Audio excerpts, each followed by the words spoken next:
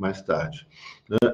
Essa parte, então, do Estado Federal, ela é muito importante para tudo que vocês forem fazer em direito daqui para frente. Por quê? O Estado Federal brasileiro, né, hoje você tem são 24 estados federais no mundo. Geralmente, aqueles estados de grande dimensão territorial são estados federais. Então, para você imaginar aí na cabeça o mapa do mundo, vocês vão ver lá, olha, Canadá é federal, Estados Unidos, México, Venezuela, Brasil, Argentina, África do Sul, Índia, Rússia. O único estado com grande população e grande dimensão territorial, que não é federal, é a China. Mas todos os outros, a Austrália é federal, todos os outros são estados federais. Tá? E o federalismo brasileiro, entre esses vários estados federais, e da classificação que vocês viram, o federalismo brasileiro é o mais complexo, né? Porque ele mistura um monte de formas de divisão de competências. Tá? Então, e para vocês, por exemplo, quando vocês forem trabalhar, quem vai escolher direito tributário? Olha, o direito tributário, o federalismo tributário, federalismo fiscal, é complicado se você não entende o Estado Federal. Porque você tem tributos municipais, tributos estaduais, tributos federais, quem pode criar, como que se dá essa relação entre a União, Estado e município, né, distribuição de recursos, quem vai trabalhar direito ambiental? Você tem um monte de normas administrativas ambientais federais, estaduais, municipais, né? E assim por diante. Pode pegar qualquer, né, área, você tem o nosso federalismo, a União é muito forte, né? Mas você tem competências suplementares dos municípios, onde o município passa a ter uma importância muito grande na vida do cotidiano da pessoa. Né? Então, como vai ser exercida essa competência suplementar do município, né? A competência compartilhada, né? Da União, do Estado e dos municípios, são chamadas competências concorrentes, as competências, enfim, você tem um monte de detalhes que são importantíssimos, fundamentais para o funcionamento de todo o resto do direito num sistema federal, tá? Então, por isso é muito importante estudar, estudem com carinho, revejam os vídeos, né? Leiam os textos e tirem suas dúvidas aqui dos nossos encontros.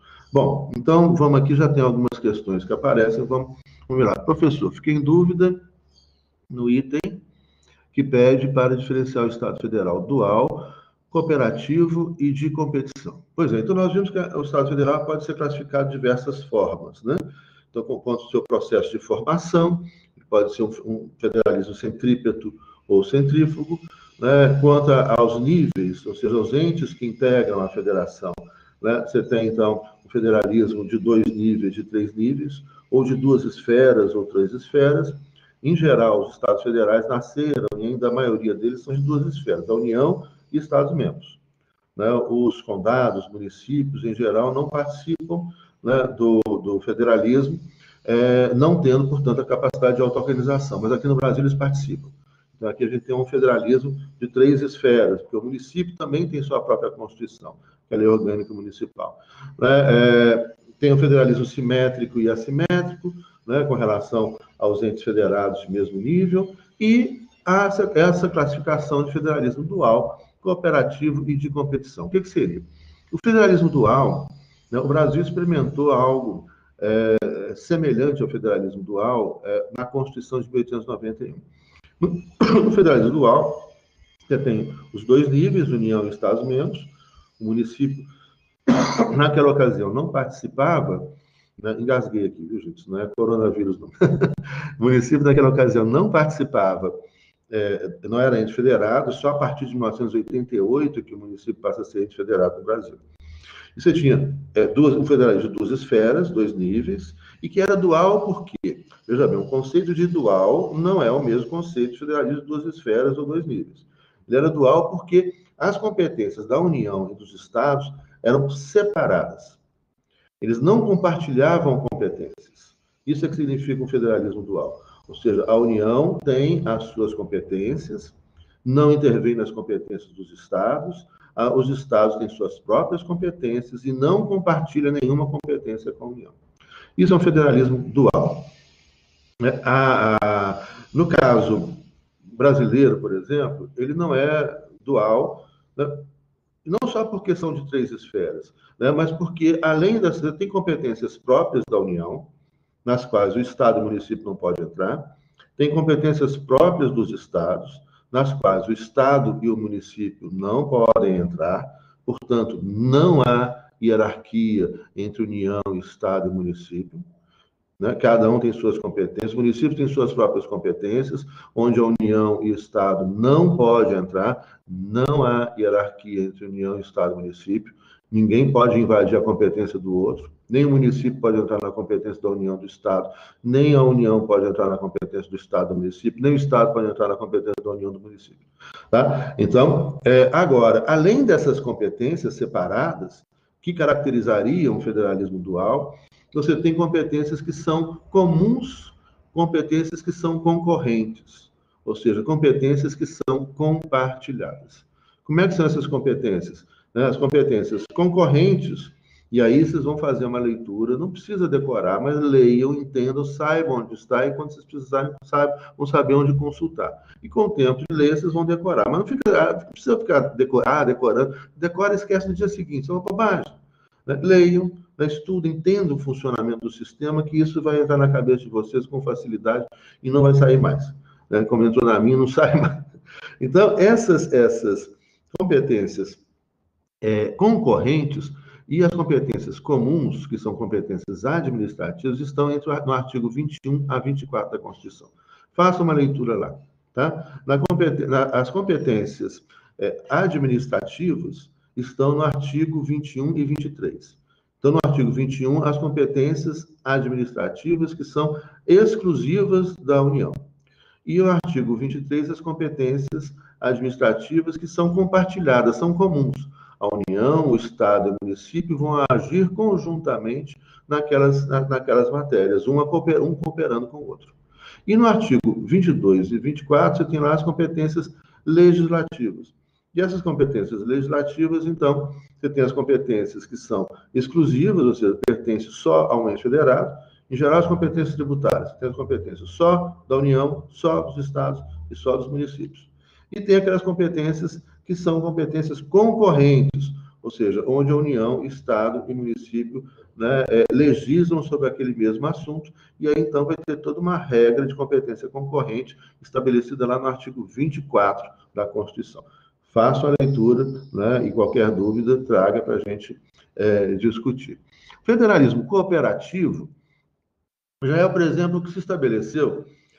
Vamos dar um exemplo aqui do que aconteceu, por exemplo, na Alemanha, depois da unificação alemã. A Alemanha é um Estado federal. Existem Estados federais pequenos também. A Alemanha é um Estado mediano, território mediano, mas você tem a Bélgica, um Estado pequeno, a Suíça, bem pequenininho, né? A Áustria é pequena, e são Estados federais também. Então, não são só os grandes Estados que são Estados federais. Você tem estados pequenos que, historicamente, a Micronésia é um estado federal, o próprio nome, né? São várias micro-ilhas. Né? Então, você tem esses estados federais de grande dimensão territorial, que é a tendência. Os estados de grande dimensão territorial têm que descentralizar, e o federalismo é o ideal para os estados de grande dimensão territorial. Agora, tem estados menores, né, que também adotam o federalismo. E aí, então, né, o federalismo cooperativo, por exemplo, vou citar o caso da Alemanha, porque a gente citando um caso concreto ajuda a memorizar.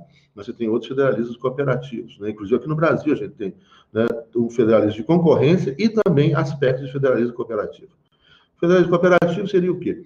Aqueles estados que arrecadam mais, né, vão compartilhar, né, ou dividir a sua riqueza com os estados que arrecadam menos, fazendo com que a federação ela tenha um equilíbrio.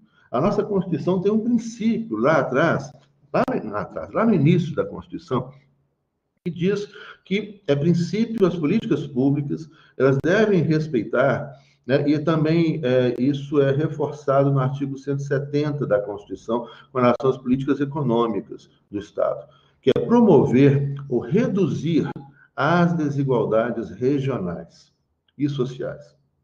Ou seja, é um princípio obrigatório quando o Estado, tanto a União, o Estado membro, o município, faz políticas públicas, públicas, ele tem que obedecer esses princípios constitucionais. Esses princípios constitucionais não são meras palavras, né, indicativas, não, elas são obrigatórias. Ou seja, quando o governo vai fazer uma política pública, ele tem que visar o quê? Reduzir a desigualdade social e reduzir as desigualdades regionais. Então, você pode ter um estabelecimento pelo Congresso Nacional, por exemplo, de políticas fiscais, de políticas de compensação, de políticas que fazem com que, por exemplo, você tem estados, você tem vários exemplos interessantes, né? Eu ia citar o exemplo da Alemanha, mas vou começar pelos exemplos brasileiros, estão perto da gente, depois eu menciono o exemplo da Alemanha. Você tem políticos, então, você tem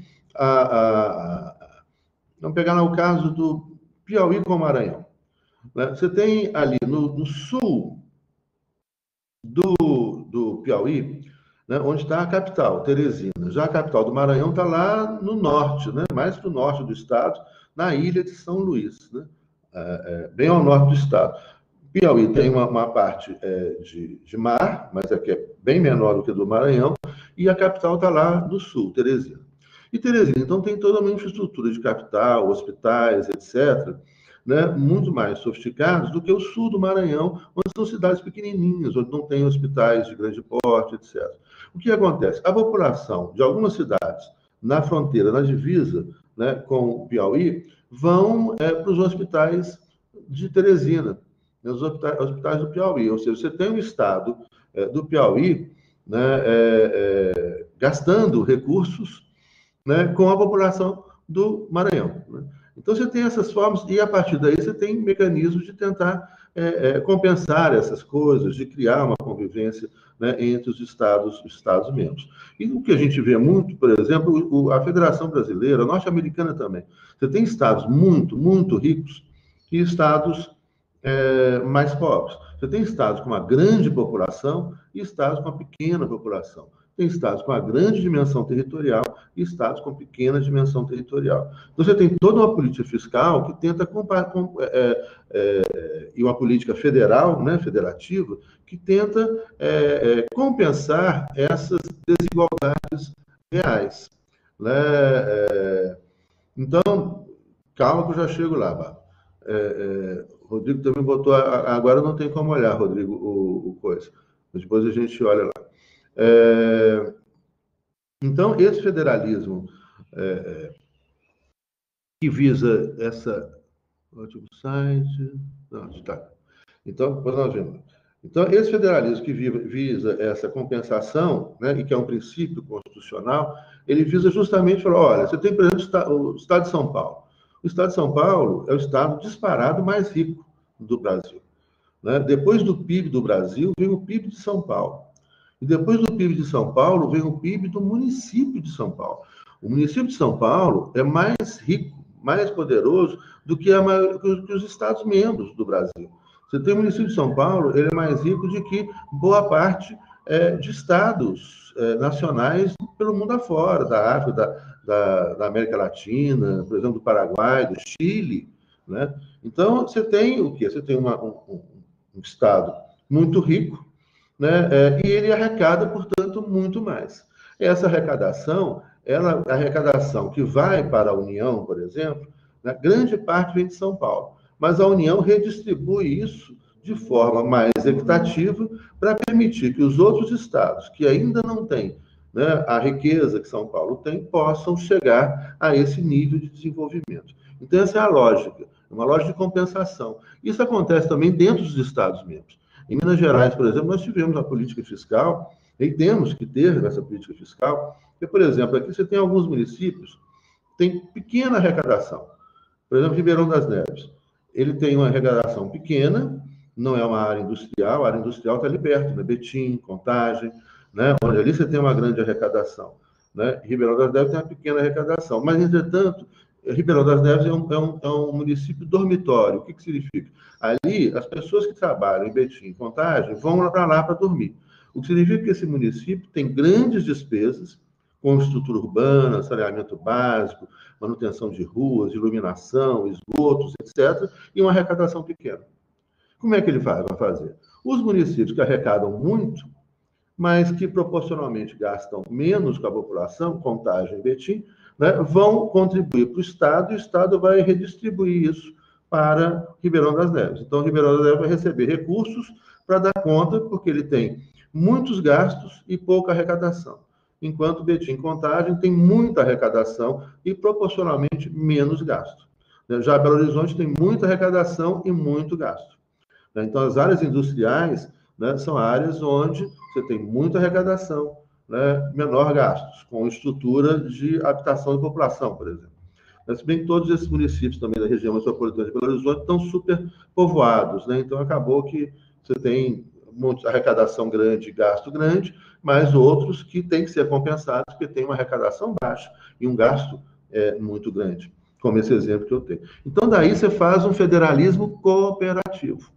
Né? Essa é a ideia do federalismo cooperativo, ou seja, eu crio mecanismos de compensação, de cooperação, onde quem é mais rico ajuda o mais pobre.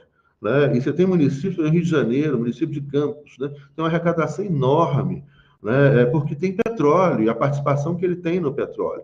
Então, eles não sabem onde colocar dinheiro. E aí tem que ter esse tipo de compensação, porque senão começa a gastar mal também, infelizmente. Tem onde colocar dinheiro. Criar uma saúde pública de qualidade, uma educação pública de qualidade, uma estrutura urbana, transporte público de qualidade, metrô, tudo isso. Só que muitas vezes o prefeito vai lá construir um portal para a cidade, uma praça com sei quê, para lá, e aí joga dinheiro fora. Bom, e por fim, o federalismo de competição, né, que isso também a gente tem no Brasil, né, só para falar, eu comecei a falar da Alemanha, só para não deixar de não terminar, não falar, a Alemanha, com a unificação alemã, a Alemanha Oriental, ela vai ser obrigada a abandonar o seu sistema econômico e social socialista e passa a ter que adotar o sistema econômico e social da Alemanha Ocidental, que é capitalista. Com isso, a economia da Alemanha Oriental, ela desaba, né? Porque você imagina, você tinha toda uma formação de pessoas, né, profissionais, economistas, professores das universidades importantes da Alemanha Oriental, que era a Alemanha socialista, formados para atuar em um determinado sistema social, em um determinado sistema jurídico, em um determinado sistema econômico. E, de repente, acaba esse sistema social, econômico, jurídico. E, de um dia para o outro, você tem que adotar um outro sistema, para o qual esses profissionais não estão formados. Né? Então, você tem um período de adaptação muito grande, onde a economia, né, cai e depois volta a crescer. E aí, então, tem esse momento da cooperação, onde a Alemanha Ocidental começa a suprir e a ajudar a Alemanha Oriental a recuperar, né, a sua estabilidade econômica, o seu crescimento econômico, mas agora fundado na lógica de uma economia de capitalismo social e não mais na lógica de uma economia socialista. Né? Então, esse é o exemplo que eu queria dar inicialmente, mas eu acho que fica até mais rico a gente, obviamente, citando os exemplos brasileiros. Então, isso é uma cooperação, um federalismo de cooperação, diferente do dual, onde cada um está na sua. Né? Na cooperação, você tem a cooperação entre os entes federados, você tem a cooperação entre a União, o Estado e o município. Né? Uma cooperação legislativa, uma cooperação fiscal, etc. Tá? Já no federalismo de competição, né, esse federalismo de competição seria o incentivo aos entes federados a competirem. Isso não é bom. Você tem experiências dos Estados Unidos, experiências aqui no Brasil, mas seria o quê? Por exemplo, a competição fiscal, né? E aí a gente vai falar do federalismo fiscal de novo. Por exemplo, você tinha um período onde várias empresas que estavam instaladas no Rio Grande do Sul começaram a se mudar para o Nordeste. Vou citar um exemplo aqui, por exemplo, assim, várias empresas de calçados e outras empresas que saíram do Rio Grande do Sul, né, e foram para o Ceará. E aí, então, você teve um momento onde a imprensa começou a falar num boom de crescimento, ou seja, explosão de crescimento da região metropolitana de Fortaleza, recebendo investimentos do resto do país. Por quê? Porque ali, esses empresários começaram a ir para lá para buscar as condições de investimento melhores que o Ceará oferecia, que era menor tributação, né? Menos tributos, então o cara vai para lá e vai ganhar, vai lucrar mais, porque ele vai pagar menos tributos. E no Rio Grande do Sul, os tributos eram maiores. Isso é um federalismo de competição, que os municípios também fazem. Vem para cá que você não vai pagar ISS. Então, você tem um monte de empresas que efetivamente funcionam em Belo Horizonte, mas onde a sede da empresa é em Nova Lima. né, porque lá você paga menos ISS. Isso é o federalismo fiscal. Esse recurso, em vez de vir para Belo Horizonte, vai para Nova Lima, e as empresas se instalam lá porque pagam menos tributos. Só que qual é o problema disso? Né? Isso pode parecer interessante, é o que a China faz, né? A China oferece mão de obra bem formada, disciplinada, né, organizada, investimentos públicos e tributação baixa para as empresas do mundo inteiro vão para a China. Porque lá você tem um trabalhador bem formado, um trabalhador, né, enfim, bem formado profissionalmente, né, um trabalhador disciplinado, né, e condições de investimento ali com favoráveis, porque você tem joint ventures, né, onde o Estado chinês investe junto com a empresa que está vindo lá, né, e condições de tributação muito baixas, salários muito, muito baixos, né, que então a pessoa vai lá para investir. Mas vamos raciocinar nesses termos. Vamos deixar o caso chinês. O caso chinês é bem mais complicado, porque ali você tem um Estado socialista. Então, os salários são muito baixos, mas por que os salários são muito baixos? Né? Porque a saúde é de graça, a educação é de graça, a moradia é de fácil acesso. Né? Então, e o pleno emprego, ele é garantido, quase, né? É totalmente garantido. E você tem regiões de economia socialista funcionando, as menos envolvidas, onde então você está oferecendo para as pessoas condição de formação para se desenvolver, e outras regiões de capitalismo, mas dirigido pelo Estado ao lado de empresas estatais chinesas. Então, é um sistema chinês. Vamos deixar lá a China, depois a gente trata do caso chinês. Mas trazendo para cá, qual que é o problema do federalismo de competição aqui dentro do Brasil? Né? É que, por exemplo, a tributação no Rio Grande do Sul era maior, mas, ao mesmo tempo, no Rio Grande do Sul também, o acesso, naquela ocasião, né? Não estou falando de agora, o acesso, naquela ocasião, a saúde pública, a educação pública, era muito maior no Rio Grande do Sul. Então, o Rio Grande do Sul teve um dos melhores sistemas educacionais públicos, né, do Brasil. Depois isso começou a ser desmontado pelas políticas neoliberais, etc. Ou seja, você ter saúde pública, educação pública, programas de moradia popular, bem-estar social, você precisa de tributação. Se não tem tributo, não tem como fazer mágica. Precisa ter segurança pública, né? Uma polícia equipada, você precisa de tributação. Sem tributo, não tem como fazer mágica. Aí chega o Ceará, que tinha uma condição menor, né? Então, menor qualidade na saúde pública, menor investimento na educação pública, né? Menores salários. Eles viram e falaram: olha, vem investir para cá, porque eu vou diminuir o tributo. Olha o que acontece, então. Você tinha uma expressão popular, né? Você tira a roupa de um santo para vestir outro, não tem uma expressão assim? Você tira... Mas é isso. Ou seja, você tira, então, essa empresa do Rio Grande do Sul, onde o lucro dela, em parte, é revestido em tributação, que vai beneficiar a população, para ir para um outro estado, onde a tributação é menor. Portanto, embora aumente o investimento, né, o recurso público que vai ser retirado dali vai ser menor do que existia ali. Investimento público, portanto, que vai ser feito ali, embora cresça em relação ao que existia antes, não vai ser tão grande quanto o que existia no outro. Deu para entender a lógica? Então, essa competição, na verdade, ela vai ser boa para levar o desenvolvimento para regiões onde não tem, né? Mas, ao mesmo tempo, ela tira de uma região onde esse desenvolvimento gera bem-estar social para levar para outra região onde o desenvolvimento vai gerar ou pode gerar algum bem-estar social, depende da política do governo daquele estado, né? Mas não na mesma proporção que se tira daqui. Entenderam? Bom, logo, o que você precisa ter são investimentos federais de compensação. Então, aí a União arrecada os impostos federais e distribui, incentivando o desenvolvimento das regiões que têm menos investimento em relação às outras, que já têm reinvestimentos, que já têm sua indústria avançada e etc.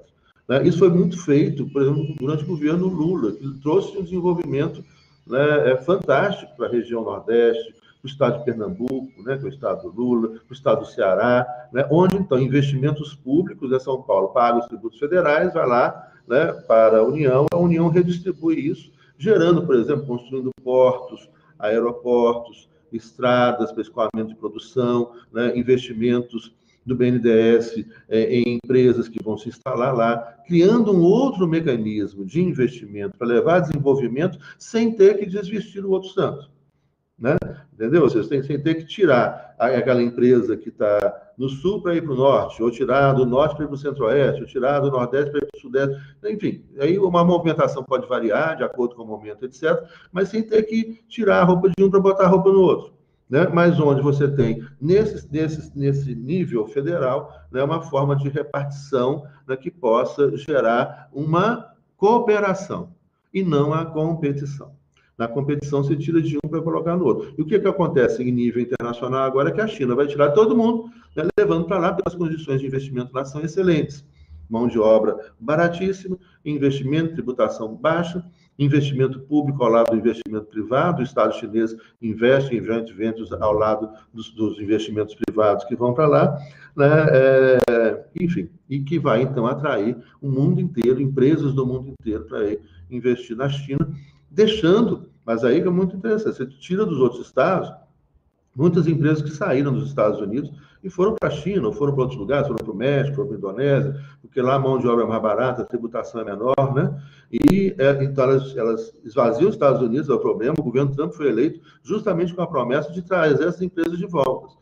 Né? Ele foi eleito principalmente para aquele classe média, que já foi uma classe média poderosa, que hoje está muito empobrecida, que é aquele homem branco, né, de classe média, né, operário, que na década de 60 tinha um mega salário, um carrão, uma casa de campo, e que hoje está muito mal, né, vendendo suas coisas, desempregado, empobrecido, porque as empresas saíram de lá. E esse americano mediano, né, e principalmente branco, que é contra a imigração, ou seja, é o mexicano, o asiático, o latino-americano, que vai para lá, o africano, que vai para lá para tirar o emprego dele, e além disso, as empresas ainda saíram de lá para ir para esses outros estados, né, com condições de tributação e salarial bem mais baixas. E o Trump prometeu trazer isso tudo de volta, mas quando ele começa a trazer, mas isso é uma outra questão, ele começa a trazer isso tudo de volta, mas só que as empresas que vão se instalando de novo nos Estados Unidos estão usando inteligência artificial e máquinas na produção, então não está gerando o emprego que é gerado são salários muito, muito baixos,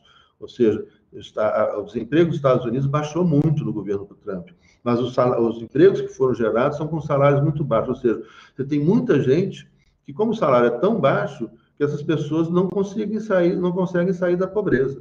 Você tem muita gente, muitos desses milhares, centenas de milhares de norte-americanos que moram nas ruas hoje, que estão empregados, mas não têm condição de sair da rua.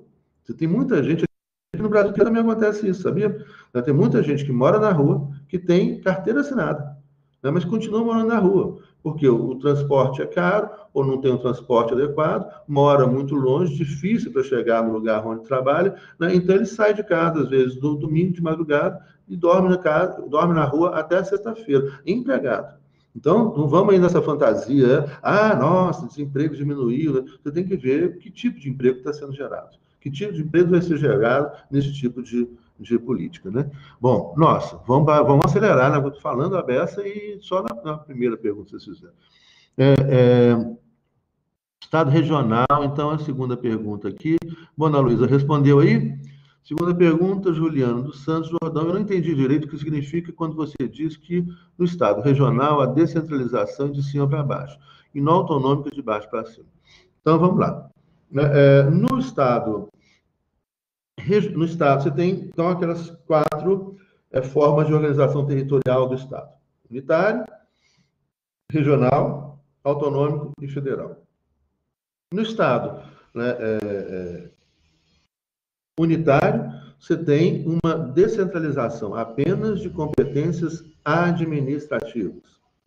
Então, você pode ter um Estado unitário altamente centralizado, meramente desconcentrado, ou um Estado unitário descentralizado. Exemplo, hoje, a França, né, o Uruguai, né, são Estados unitários meramente descentralizados.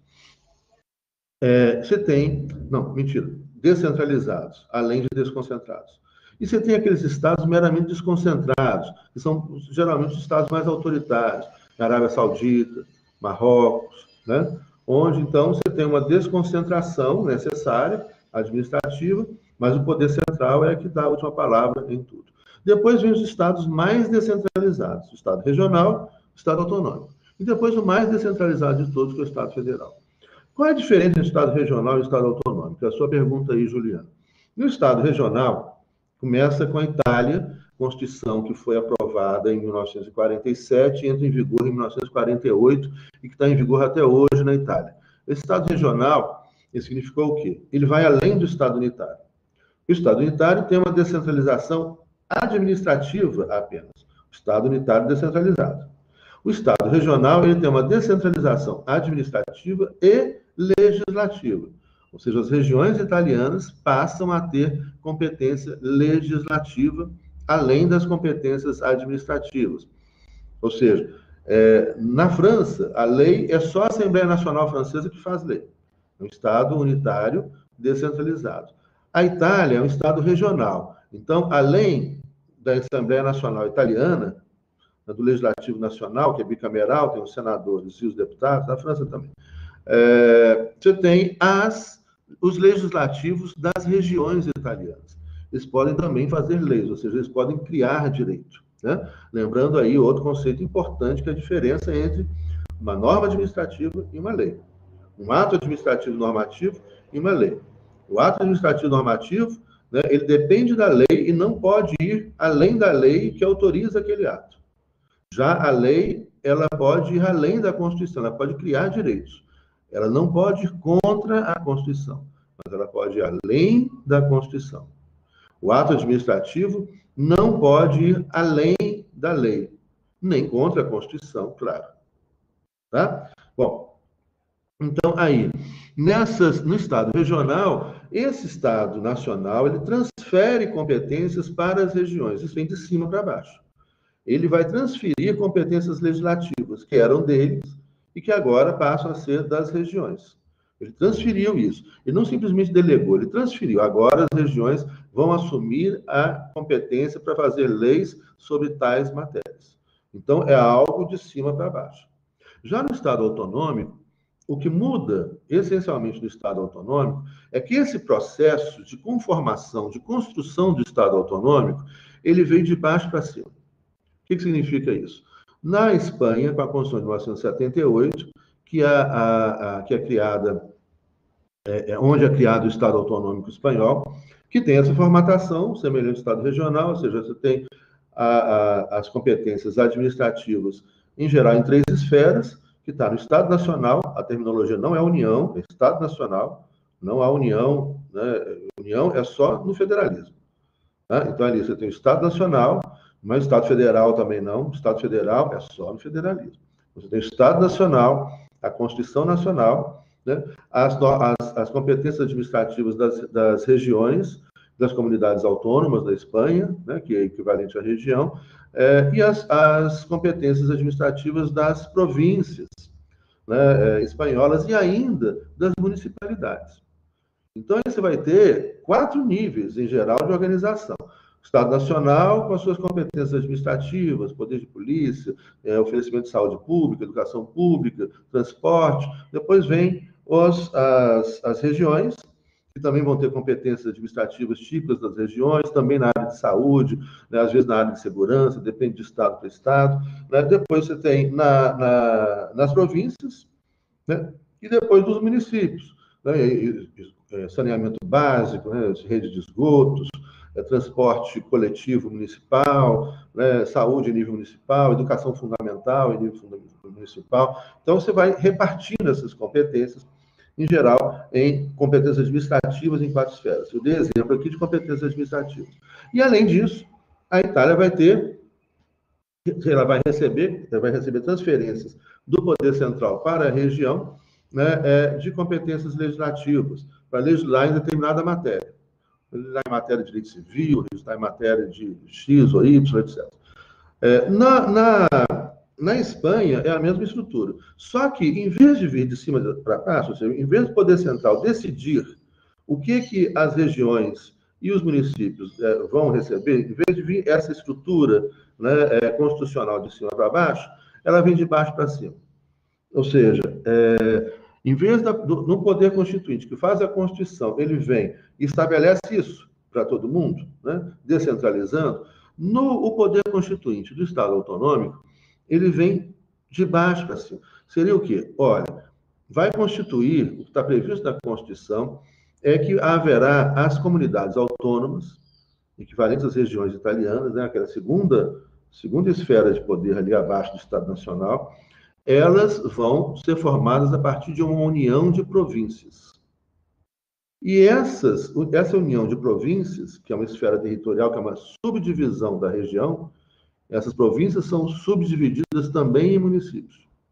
E essa subdivisão, né, da região, que são as províncias, vão se unir, vão escolher representantes e fazer uma estatuinte. O que significa isso?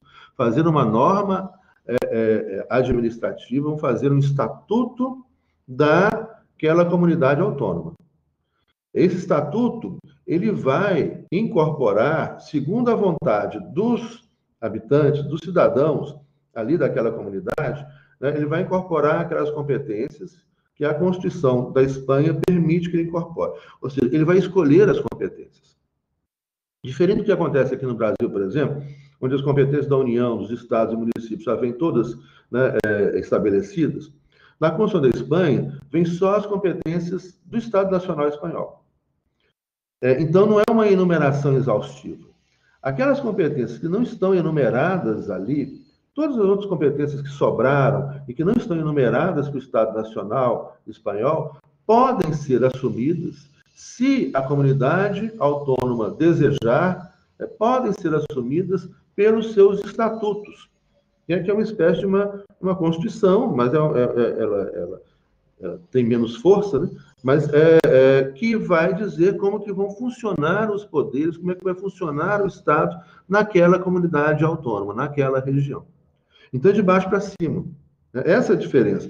Ou seja, ali são os cidadãos, por meio dos seus representantes, que vão escolher quais são as competências que eles vão assumir ou não. E aquelas que eles não quiserem assumir, o Estado Nacional Espanhol vai assumir para eles. Por exemplo, eles podem assumir segurança pública. Né? Tem a polícia, que é a polícia das comunidades autônomas, que seria o equivalente à polícia estadual aqui. Né? Você tem a Polícia Federal, lá é a Polícia Nacional, porque ela não é uma federação, a Polícia Nacional da Espanha, e tem as polícias das comunidades autônomas, que seria o equivalente aqui à nossa Polícia Federal e a Polícia dos Estados estaduais.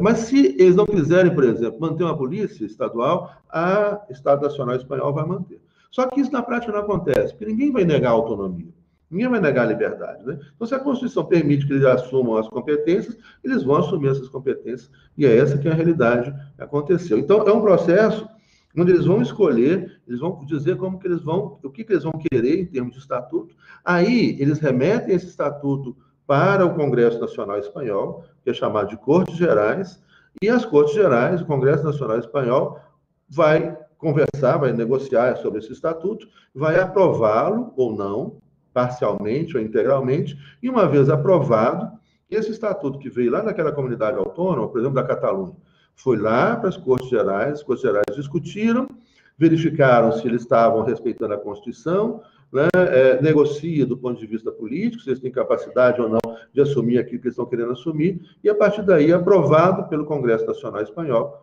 pelas Cortes Gerais, volta para ter a aplicação no nível daquela comunidade autônoma, no nível daquela região.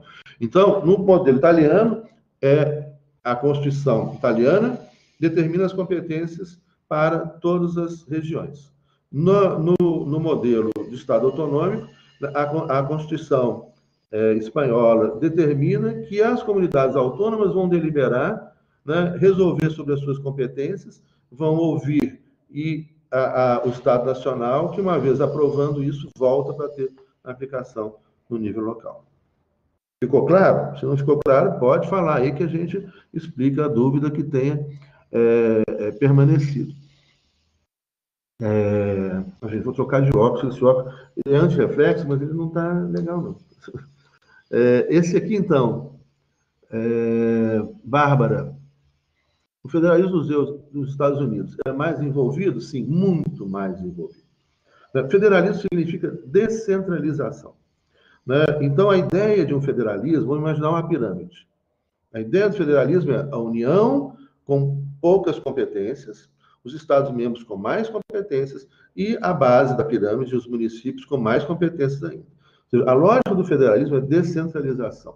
É deixar, e aí você tem uma técnica de distribuição dessas competências que foi muito utilizada e que vem da tradição católica, utilizada pela Igreja Católica de uma forma brilhante para permitir como que o Vaticano, né, administra a Igreja em todo o mundo, né?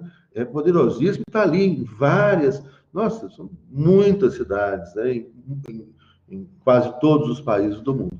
Então, como é que administra isso? Aí você tem que sair da base. A ideia é de que, primeiro, você vai verificar, olha, o que a base pode resolver? Ou seja, na ideia da Igreja Católica, o que a família pode resolver? Você deixa com a família. Aquilo que a família não tem condição de resolver, você passa para a esfera maior, né? Que é, então, para a esfera daquela comunidade, daquela paróquia. Né? A paróquia vai resolver. O que a paróquia não dá para resolver, você passa, e você vai passando para a esfera maior. De maneira que você vai seguindo essa pirâmide e vai sobrar para o poder central resolver só aquilo que não conseguiu ser resolvido nas esferas inferiores. Isso é chamado de princípio da subsidiariedade. Anota aí, princípio da subsidiariedade, que é um princípio interessantíssimo que facilita a distribuição de competência. Na lógica do Estado Federal é mesmo, ou seja, o que você pode deixar para o município decidir? Deixa para o município decidir. Aquilo que o município não consegue decidir pela característica da competência, enfim, por diversas motivações, você passa para a esfera imediatamente superior, que é o Estado-membro. Aí você deixa ali o Estado-membro decidir. Aquilo que o Estado-membro não consegue decidir, né, por suas características daquela competência, você passa, então, para a União. Então, a ideia é isso. Isso é muito forte nos Estados Unidos. Os condados são muito fortes. As questões da vida diária do cidadão são resolvidas pelo condado. Você tem eleição para xerife, eleição para juiz, né? As questões do dia a dia são resolvidas no condado. Ali que está a força da democracia norte-americana. Não na União. União é essa coisa aí que a gente vê com esse Trump. O Estado-membro, e aí então, o que não foi resolvido ali pelo condado passa para o Estado-membro. Você vai ver, por exemplo, o Estado-membro dos Estados Unidos, cada Estado-membro tem competência em direito penal. Então, você tem estado onde há pena de morte, onde não há pena de morte. Você tem estado onde a maioridade penal é de 6 anos de idade. Olha que loucura. Outros é de 10, 12, 16, 18 anos de idade. Onde a responsabilidade civil é de 18 ou 24 anos de idade, em alguns estados. Então, isso varia muito. Por quê? Isso é federalismo. É você deixar o município resolver o que ele pode resolver, deixar o Estado resolver o que ele pode resolver. E apenas o que essas esferas menores não conseguirem, você passa para a União. Então, lá você tem legislação civil, você tem alguns estados onde a maconha é liberada, outros não é. Você tem alguns estados onde a maioridade é 18 anos, outros é 21 anos, varia. A maioridade penal, como já disse, né, varia. Você tem a legislação eleitoral varia de estado para estado, a legislação processual varia de estado para estado. Então, por exemplo, enquanto aqui no Brasil é muito mais fácil para um advogado, né, formado aqui em Minas Gerais advogar em qualquer lugar do Brasil, porque a lei processual é a mesma, né? Nos Estados Unidos, não. Cada estado tem uma lei processual. Então, para você advogar no outro estado, você tem que tirar o que seria o equivalente ao AB no outro estado, conhecer a legislação do outro estado, que é diferente. Um estado, a legislação é mais rigorosa, menos rigorosa, a legislação de trânsito varia. Isso é o federalismo.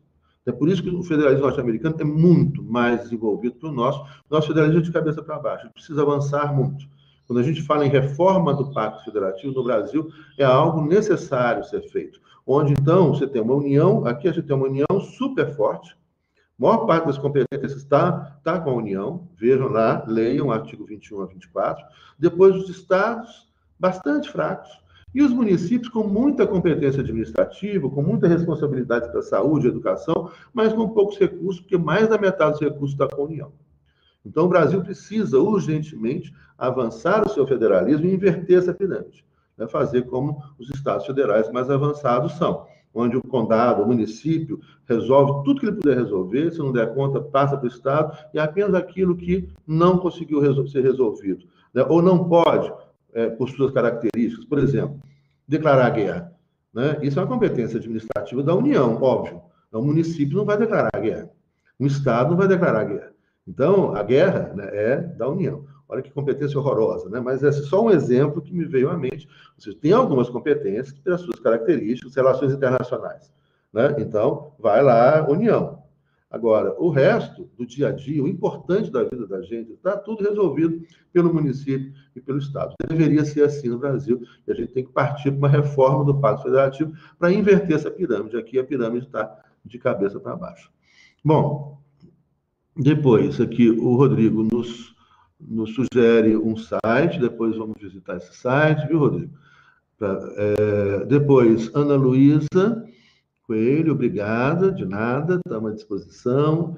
Ana Luísa, Aline.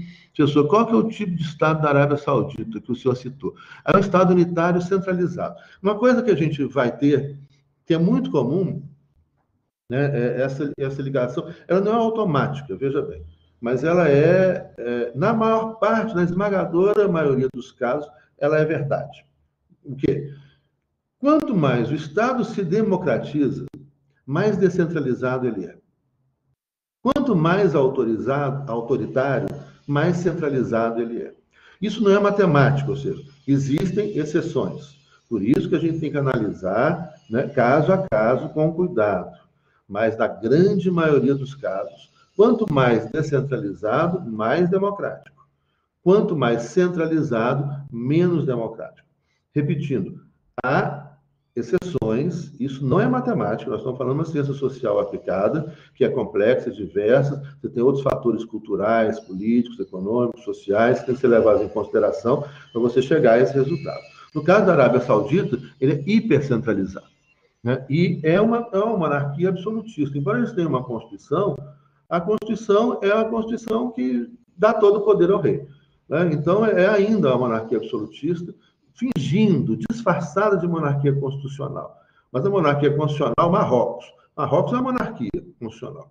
O rei governa, mas o rei governa, né, repartindo seu poder, observando a Constituição, né, e governa ao lado de um parlamento, né, que tem um primeiro-ministro. Está certo que vários partidos são... Marrocos não é uma democracia, não, né? Mas ela é uma monarquia constitucional no sentido que o rei não é absolutista, que ele negocia com outros poderes internos, né, que há um parlamento com o qual ele tem que negociar e que há uma Constituição que ele tem que obedecer. No caso da Arábia Saudita, não. A própria Constituição reforça o poder da família real, né, há, verdade, limites dentro da família real, dentro daquelas normas de sucessão, etc., mas é um Estado extremamente autoritário, um dos mais cruéis e violentos do planeta. Eu diria que é o mais cruel e violento do planeta é a Arábia Saudita, que ainda enforca a gente no meio da rua, proíbe as mulheres de andar de bicicleta, porque andar de bicicleta tira a virgindade, proíbe de dirigir. Agora a Arábia Saudita começa a ter as primeiras leves mudanças, né? Mas tem um rei que é um assassino horroroso, né, que a gente viu aí recentemente. O nosso presidente foi visitá-lo e gostou muito dele, né? Se identificaram bastante. É uma monarquia absolutista, extremamente centralizada. Bom, Juliano, obrigado, ótimo. Ana Luísa, eu não entendi bem a definição que o senhor fez nos vídeos e no blog em relação ao Estado Federal e União. Importantíssimo. O Gabriel pede para repetir o nome do princípio. É o princípio da subsidiariedade. Subsidiariedade. Vai encontrar muito material na internet. Falou, Gabriel? Está aí registrado. A Aline já tinha respondido. Bom, então, cadê? Voltando lá, Ana Luísa. A diferenciação de Estado Federal e União. Bom, Estado Federal, vamos lá. A gente pode ter a seguinte imagem, né? Aqui você tem o Estado Federal, e o Estado Federal é formado por 3 esferas de poder: União, Estado e município. A União, ela tem 3 poderes. Então, veja bem, nós estamos falando aí de uma divisão vertical de poderes entre União, Estado e município. E uma divisão horizontal de poderes entre Executivo, Legislativo e Judiciário. Então, o Estado Federal é um Estado com poder superdividido, o que isso favorece, ou deverá, ou deveria favorecer a democracia. A União é a esfera interna de poder. Então, a União, ela é pessoa jurídica de direito público interno. Ela tem o seu próprio governo, que é o presidente da República, tem o seu próprio legislativo, que é o Senado e a Câmara Federal, e tem o seu próprio judiciário. Qual é o judiciário federal? A Justiça Federal, o STF, que é a cúpula guardião da Constituição. Depois você tem a Justiça Federal, né, onde está o Supremo Tribunal de Justiça, o STJ, né, depois os tribunais regionais federais, né, aqui em Belo Horizonte nós temos a Justiça Federal, né, de primeira instância, mas a nossa Justiça Federal de segunda instância é em Brasília também. Ou seja, Minas Gerais não tem um Tribunal Regional Federal. Então, os tribunais regionais federais do Brasil juntam estados, né? Diferente, por exemplo, do Tribunal do Trabalho, o Tribunal Regional do Trabalho, que é a Justiça Federal, e cada estado tem um Tribunal Regional do Trabalho. Aqui é a terceira região. Já a Justiça Federal, não. Aqui é junto com Goiás e Distrito Federal. Então, nós temos lá o STF, guardião da Constituição. É a cúpula de tudo. Depois, Justiça Federal, o STJ, depois a Tribunal Regional Federal e os juízes federais de primeira instância. É ainda a Justiça Federal, né, a Justiça do Trabalho, onde você tem a cúpula é o STF, sempre, matéria constitucional, depois Tribunal Superior do Trabalho, Tribunal Regional do Trabalho e Juízes do Trabalho. Justiça Militar Federal, tem a Justiça Militar Estadual só em Minas Gerais, São Paulo e Rio Grande do Sul, para as polícias militares. Nos outros estados não há Justiça Militar mais.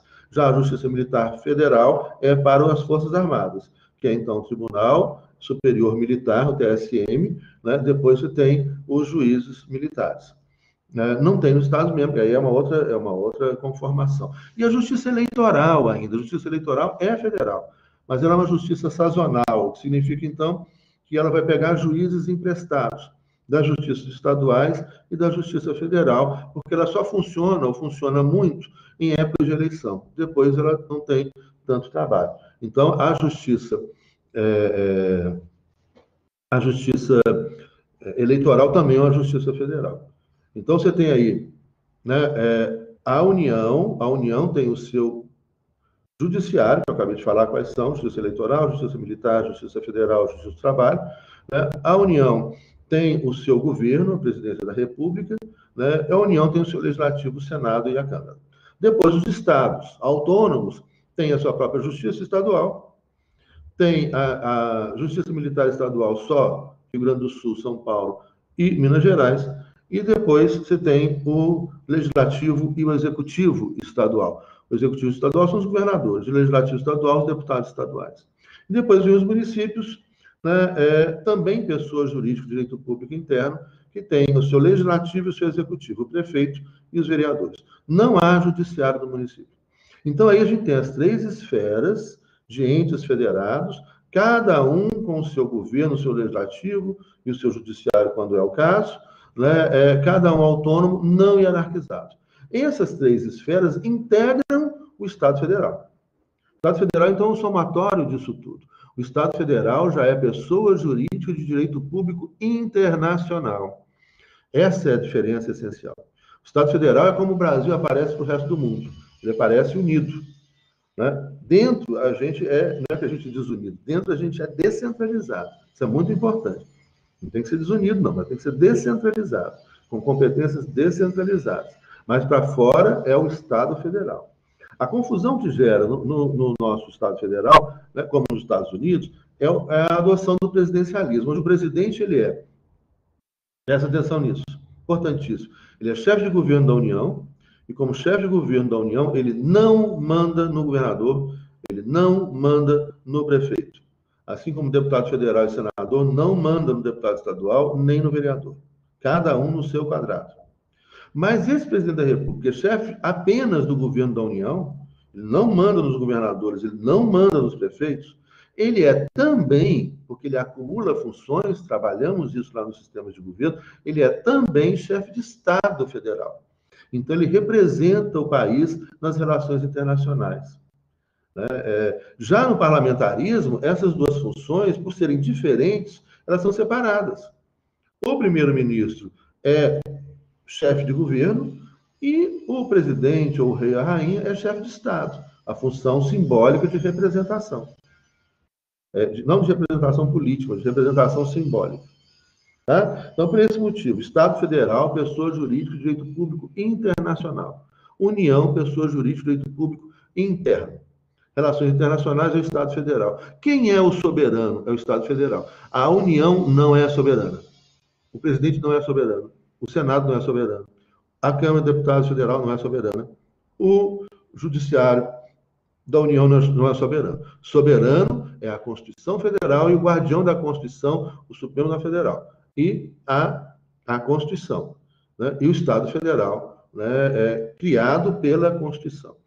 Então, qual é a expressão da soberania popular? É o poder constituinte originário que faz a Constituição, que deve ser democrática, tem que ser democrático, tem que ser popular. Aí ele faz a Constituição cria o Estado. E esse Estado federal, então, é soberano nas relações internacionais. E a Constituição determina e limita a ação. Ela é a grande expressão da soberania popular, feita por uma Assembleia de Representantes Populares. Deu para entender a lógica? Então, e daí, quando as pessoas falam, a gente vai ver, às vezes, um senador, outro dia estava falando, o Senado é soberano. Não, isso é palavra sem sentido, senso comum. O Senado não é soberano. Soberano é a Constituição, expressão da soberania popular, né? E que é a Constituição Federal, que é a Constituição do Estado Federal. A União participa da competência constitucional quando ela faz emendas à Constituição Federal nos limites da Constituição Federal. Então, é subordinada à Constituição Federal. O Legislativo da União não pode mudar a Constituição toda, não. A Constituição é soberana e ele tem limites, do artigo 60, parágrafo 4. Né? E assim como a União, o Congresso Nacional, o presidente, o Judiciário devem obediência à Constituição Federal, que é do Estado Federal, né? Assim, da mesma forma, os Estados-membros e os municípios. Beleza? Espero que tenha ficado claro essa questão, né? Continuando aqui. Tá sem som para vocês? Não, Maria Fernanda estava offline. Ana Luísa, para mim. Conseguiu, Maria Fernanda, entrar de novo? Daniela, para mim está com som. Maria Fernanda, valeu. Ana Luísa, por nada. A Inglaterra, o que é? Uma democracia parlamentar? Sim. A Inglaterra é interessantíssimo o caso inglês, né? Porque muita gente confunde. A Inglaterra, até muito recentemente, até a década de 1990, era um Estado unitário descentralizado. Só que, olha só, vou começar explicando a Inglaterra pelo futebol e pelas Olimpíadas, que daí que surge a grande confusão que as pessoas fazem na Inglaterra. Primeiro, a Inglaterra não é um Estado soberano. O Estado soberano é o Reino Unido. A Inglaterra é apenas uma região do Reino Unido. Então, mas não tem problema nenhum. Assim, virou marca de fantasia. A pessoa fala, a Inglaterra está se referindo ao Reino Unido. Mas a Inglaterra, se vocês pegarem, depois peguem lá o mapa, né, tem a Ilha da Grã-Bretanha. Na Ilha da Grã-Bretanha, no sul e na parte da região central está a Inglaterra. No cantinho aqui, se fica ao contrário, essa imagem fica difícil a gente fazer. Mas no cantinho do sudoeste da Ilha da Grã-Bretanha está o país de Gales, que é uma outra região. Nós temos o país de Gales, com os galeses, que falam gaélico, não tem nada a ver com inglês, né? Mas todos falam inglês também, porque foram obrigados, porque os ingleses dominaram tudo, né? Dominaram boa parte do mundo também. Aí os ingleses, né, estão aqui na Inglaterra, que é a região mais habitada. Acho que é mais de 60 milhões de ingleses para vocês olham. Os galeses são poucos, os escoceses são muito poucos. Aí no norte está a Escócia, que é uma região grande, mas pouco habitada, muito fria, né? Quanto mais ao norte, né, mais frio vai ficando. Ali tem a cidade de Inverness, que é linda, fria, onde está o Lago Ness, né? Onde tem aquele monstro. Né? Eu estive lá, mas eu não vi o monstro. Fiquei olhando para a lagoa, horas, o monstro não apareceu. Já está de festa, descansando, né? Muito turista. Aí você pega, e aí a Inglaterra continua, o Reino Unido, olha só, já fui automático na Inglaterra. O Reino Unido, ele continua na ilha ao lado, que é a ilha da Irlanda. A Irlanda já pertenceu ao Reino Unido, já integrou o Reino Unido, né? Mas ela foi independente, porque a Irlanda é majoritariamente católica, e a parte católica, que é a grande parte da Irlanda, se fez independente na década de 1960. E sobrou, então, uma região pequena no norte, de maioria protestante, que é a Irlanda do Norte, capital Belfast. República da Irlanda, capital Dublin. A Irlanda do Norte, Belfast, né, integra o Reino Unido. Então, hoje, esse Reino Unido já foi maior, bem maior, mas hoje o Reino Unido é o que é formado pela Inglaterra, País de Gales, Escócia e Irlanda do Norte. E aí vem a confusão que o futebol criou. Como os ingleses criaram o futebol, os ingleses fizeram algo favorável para eles. Eles fizeram com que cada região que integra o Reino Unido, o qual eles mandam, porque a capital do Reino Unido é Londres, assim como a capital da Inglaterra é Londres, a capital do Reino Unido é Londres. E o parlamento britânico, daí são terminologias, vão com cuidado para a gente entender isso. A Ilha da Grã-Bretanha, a Ilha da Grã-Bretanha e a Ilha da Irlanda, o Reino Unido é integrado pela Ilha da Grã-Bretanha, onde está Inglaterra, País de Gales e Escócia, e mais uma parte da Ilha da Irlanda, onde está a Irlanda do Norte. Então, os britânicos, né, e aí essa terminologia, ultimamente, no senso comum, tem sido também utilizada para significar também os irlandeses do norte, né? Mas, estrito senso, seriam os habitantes da Grã-Bretanha, né? Mas aí britânicos também seriam os habitantes da Bretanha, que é a Bretanha francesa, que são britânicos. Então, vamos entender como é que isso aparece, né, no senso comum, e tecnicamente, como você tem a Ilha da Grã-Bretanha, mas o nome britânico ele tem sido utilizado quase como sinônimo de inglês, que é quase sinônimo como o cidadão do Reino Unido. Mesmo porque você não tem um cidadão reino-unidense, né? Ninguém utiliza essa expressão. Então, o que é comum mesmo são os ingleses, ou seja, os cidadãos do Reino Unido, né? Ou os britânicos, que no senso comum, né, inclui tudo, né? Embora escoceses, óbvio, galeses e irlandeses não gostem muito disso, né? Eles não gostam nem um pouco de ser chamados de ingleses. Eles têm outro idioma, têm outra cultura, a Escócia está querendo se separar, a Irlanda do Norte está aumentando o número de católicos, a tendência é que a Irlanda do Norte passe a integrar a República da Irlanda, saia do Reino Unido, e o País de Gales também já teve movimentos separatistas, porque também eles têm uma cultura que é a cultura celta, né, com um idioma muito diferente da cultura inglesa. Bom, mas então, o Reino Unido, dentro disso, ele era um Estado unitário descentralizado. Ou seja, a Escócia não tinha nem competência legislativa. O País de Gales também não, agora eles têm. Né? Eles passaram de um Estado unitário descentralizado para um Estado regionalizado. Então, hoje você tem o parlamento da Irlanda do Norte, tem a polícia da Irlanda do Norte, você tem o parlamento da Escócia, o parlamento do País de Gales, e Londres, que é o parlamento geral, que é a Inglaterra, que, na verdade, conquistou os outros e mandou nos outros, impôs o inglês, impôs sua cultura, impôs tudo aos outros. Então, hoje, escoceses, galeses e irlandeses, que têm seu próprio idioma, que é muito diferente do inglês, todos foram obrigados a falar inglês. Na verdade, você teve ali foi um domínio, né? Por meio de uma monarquia e de alianças de famílias, né? Do rei, onde a rainha da Escócia casa com o rei da Inglaterra, que casa, não sei o que, aquelas coisas todas que existiam, né? Na época do feudalismo, até a afirmação do poder da Inglaterra sobre todo o território, Henrique VIII, né? O início da Constituição da Inglaterra como Estado Nacional, né? E a conformação gradual do Reino Unido como Estado Nacional. Então, o fato de existir uma seleção nacional da Escócia, uma seleção nacional da Irlanda do Norte, uma seleção nacional do País de Gales, além da seleção da Inglaterra, não significa que eles são estados soberanos. Né? Isso é só no futebol. Seria mais ou menos como se o Brasil pudesse participar da Copa do Mundo com uma seleção de São Paulo, uma seleção de Minas Gerais, uma seleção de Pernambuco, uma seleção do Rio Grande do Sul, uma seleção do Rio de Janeiro, né? Imagina só. E isso não sei se é bom, não, porque você acaba dividindo os craques, né? Você tem craques escoceses que jogam só na seleção da Escócia, não jogam na seleção da Inglaterra, né? Assim como craques... E País de Gales não tem grande tradução, não sei se eu teve nenhum craque. Talvez tenha tido, não sei, não conheço. Futebol do País de Gales.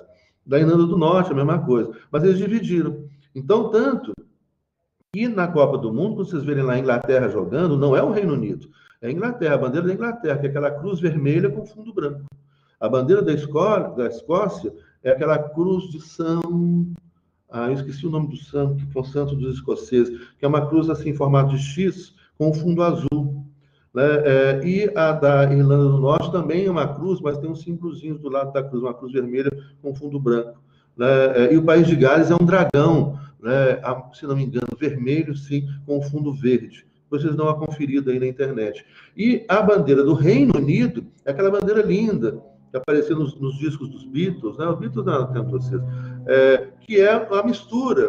Né? A bandeira da Grã-Bretanha, se você pegar, é a superposição da bandeira da Inglaterra, aquela cruz vermelha lá no fundo, a cruz esqueço o nome do santo, que é uma cruz em formato de X, branca com fundo azul, que aparece lá, né? E é da Irlanda do Norte. O país de Gales ficou de fora da bandeira do Reino Unido, que é uma bandeira muito bonita, né?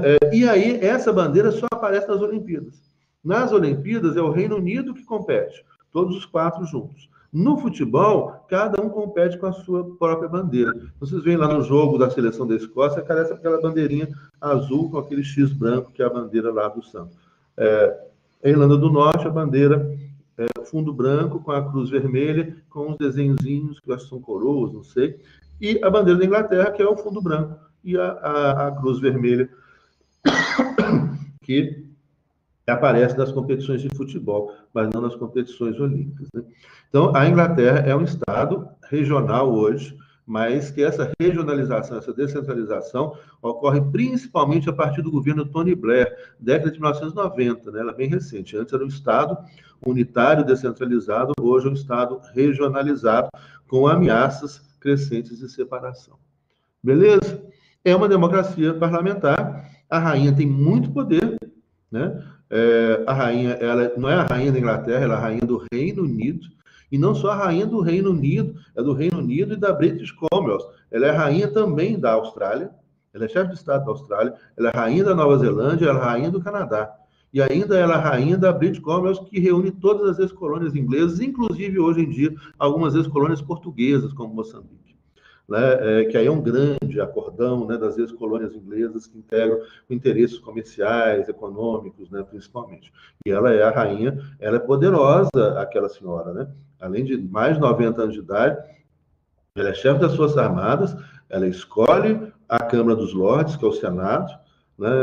Hoje tem pouquíssimas competências, mas o Senado britânico do Reino Unido, né, ele vai no máximo, poder protelar a entrada em vigor de uma lei. Né? Só isso. Mas que é muito importante, eles vão poder moderador ali. Ela é chefe da igreja anglicana, ela escolhe os bispos, os lordes espirituais, ela escolhe os lordes, ela escolhe a Câmara dos Lordes, portanto, que é o Senado, e ela escolhe a Corte Suprema inglesa, também formada por lordes. Né? Então, a monarquia inglesa, ela é muito forte. Né? E a rainha, ela tem, além disso, tem um poder simbólico, né, muito forte. Embora a tradição da Elizabeth, né, diferente dos seus antecessores, antecedentes, enfim, dos seu pai, do seu avô, dos seus antecedentes. Né? A rainha da Inglaterra, ela tem, ela não intervém nas questões de governo, raramente, né, de forma sutil. Ela é muito obediente à Constituição e ao Parlamento, muito obediente. Ela virou rainha muito novinha, né? Tem uma série interessante que mostra, né, muito da realidade inglesa, muito interessante, que chama The Crown. Né? Vale a pena assistir. E mostra muito esse perfil da Elizabeth, né? Ela começa muito tímida, assim, mas ela é uma pessoa forte, né? Vai se tornar uma pessoa forte, mas respeita a Constituição e respeita muito o parlamento inglês e geralmente subordina às vontades do parlamento e do primeiro-ministro. Mas tem poderes reais muito grandes.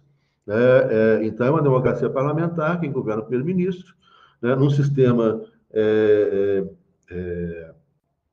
que é bicameral, mas, como eu disse, a Câmara dos Lordes perdeu muito da sua competência, então ele é quase unicameral, né, com um parlamento muito forte, um primeiro-ministro muito forte, porque ele também é bipartidário. Né, você tem um revezamento entre conservadores e trabalhistas desde a Primeira Guerra Mundial. E antes era um revezamento entre liberais e conservadores. Então, é um sistema parlamentar, bipartidário, de fato, existem mais partidos políticos, mas esses dois partidos políticos dominam a cena política do século XX, após a Primeira Guerra Mundial, e logo, o primeiro-ministro sempre tem maioria absoluta na Câmara do seu próprio partido político, do qual ele é líder. Então, o primeiro-ministro britânico é muito forte. Você tem figuras muito fortes. Se pegar nessa história, por exemplo, a figura do Churchill, né, como primeiro-ministro extremamente forte, conservador, e a rainha, né, recém-possada, novinha, ainda titubeando, né, essa série mostra isso aí. Bom, continuando aqui, vamos ver se tem mais perguntas. Aí, continua o drama do som, resolveu, gente? O som. E aí, então, Antecessores, Rodrigo, obrigado. Os antecedentes familiares, os antecessores no reino, né? É isso. São duas palavras diferentes. Obrigado, Rodrigo. Bom, então, peraí, agora tem mais uma aqui, Rodrigo. E qual é a relação dos demais domínios ingleses que fazem parte da coroa britânica, como Canadá, Austrália, Nova Zelândia, Ilhas Maldivas? É um monte, pois é.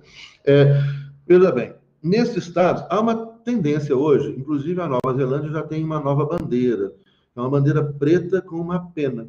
Né? Ela está abandonando aquela bandeira, que era a bandeira que tinha a bandeira, ela não era a bandeira do Reino Unido, né?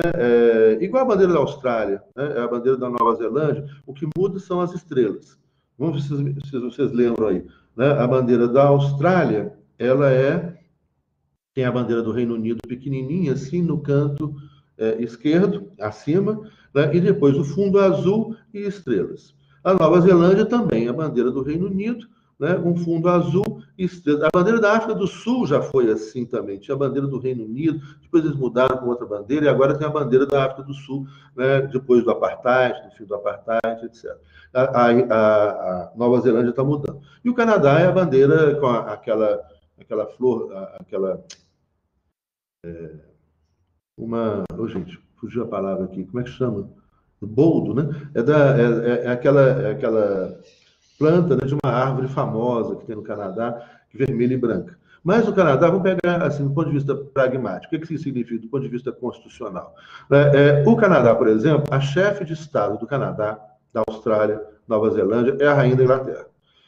Então, só que esses estados, principalmente, por exemplo, as visitas da família real na Austrália, na Nova Zelândia, né, elas têm sido cada vez mais polêmicas.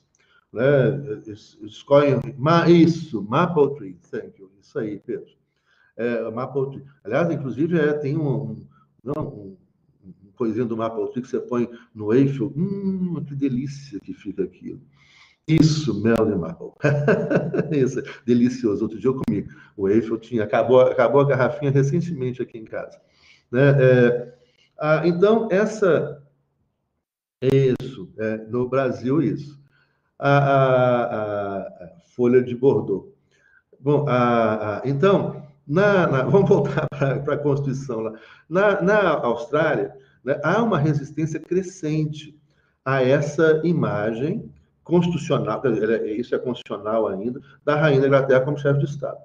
A rainha raramente tem ido lá, às vezes ela mandava o príncipe Charles já teve lá um cara que uma vez invadiu, tentou agredi-lo, já levou ovo. E há uma tendência que essa figura da rainha como chefe de Estado, pelo menos desapareça na Nova Zelândia. Isso é algo que vai caminhando na Nova Zelândia. No Canadá, a rainha é chefe de Estado. E olha só que interessante. Essa figura de chefe de Estado, no Canadá, na Austrália, né, ela é simbólica. Tá? Então, a rainha não intervém nos negócios desses estados, porque hoje são estados soberanos. Então, ela é simbólica. Você mantém essa relação com o reino, né, mas uma relação simbólica dentro da British Commonwealth, mas uma relação simbólica. Né? Ela não intervém nos assuntos internos. Interessante reparar, depois vocês pesquisem aí também, a independência do Canadá foi em 1980, muito recente.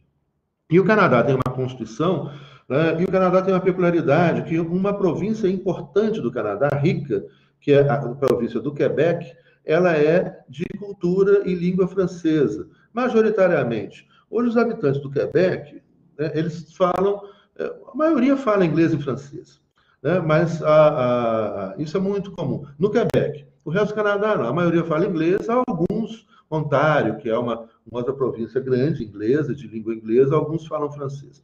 Mas os franceses, ali foi uma província que era domínio francês e que foi abandonado pela França e os ingleses tomaram conta. Mas a população de origem francesa, de fala francesa, que usava o direito francês, permaneceu naquela província do Quebec, os quebecois. E ali, então, eles mantêm ainda, no Quebec, uma Constituição que é semelhante à estrutura jurídica da França, né, com uma Constituição escrita, codificada, que integra essa Constituição do Quebec, né, como um Estado-membro, é uma federação, né, ela integra a Constituição do Canadá, que na Constituição do Canadá são vários textos legislativos que vêm desde a época do domínio inglês, do século XIX, que integram a Constituição do Canadá até hoje. Então, o Canadá é muito sui generis, assim, ela é diferente, porque ele é bilíngue, né? Tem uma área importante, economicamente importante, com grande população, que é o Quebec, né? Que fala francês, mas também, como eu disse, muitos falam também inglês, mas que tem uma tradição de um direito de influência francesa, né, que convive com o direito de influência inglesa, de origem inglesa, com textos constitucionais, leis constitucionais inglesas que vêm desde o século XIX. A independência é em 1980, que significa que um Estado soberano, né, a rainha permanece simbolicamente como chefe de Estado, mas ela não interfere nas questões internas do Canadá, a não ser simbolicamente. Ou seja, até hoje ela nomeia um governador. Mas o governador não governa, quem governa é o primeiro-ministro. Mas ela nomeia um governador. E esse governador, em nome da rainha, ele escolhe ainda hoje, olha que interessante, ele escolhe ainda hoje os senadores que cada Estado-membro indica. Então, o Estado-membro, quando escolhe o seu senador, o governo do Estado-membro escolhe os seus senadores, o que faz muito sentido, porque os senadores são os representantes dos Estados no Parlamento Nacional, no Senado Nacional. Aqui no Brasil, por exemplo, o Congresso Nacional, o Senado, você tem os senadores, são representantes dos Estados-membros. Então, ali, os senadores são representantes dos Estados. Aqui, o povo escolhe diretamente os senadores. Lá, não. Lá, como na Alemanha também, tem um formato semelhante, não é igual, não. Mas lá, o governo manda uma lista tríplice para o governador representante da rainha, e o governador, em nome da rainha, ouvido a rainha, escolhe qual será o senador que vai representar aquela província. Mas isso, gente, está hoje na esfera do simbólico. Tá? Pragmaticamente, que é um governo soberano. Mas um governo soberano também, historicamente, muito, muito alinhado, mesmo porque sua soberania ela é recente, né? Muito alinhado aos Estados Unidos e à Inglaterra.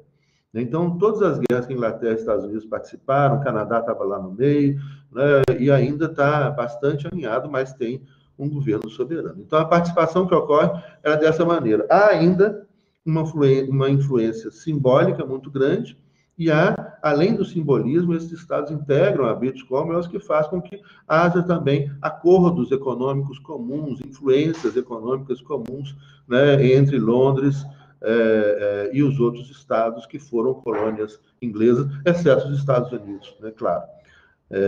Bom, respondido? E aí, então, gente, mais alguma pergunta? Já estamos chegando no finalzinho da nossa aula. Mais alguma dúvida? Tudo esclarecido? Encontramos de novo. Uma aula. A aula. Oi, Isadora. Vamos lá, Isadora está digitando. Não, parou de digitar. Então, então nós encontramos para nós comentarmos. Hoje à tarde vai estar disponível a aula sobre o sistema diretorial e o sistema parlamentar. Não deixem de assistir. E qualquer dúvida, a gente esclarece amanhã. Venham com suas dúvidas para a gente conversar. Beleza? Prazerão estar com vocês. Até mais. Até amanhã.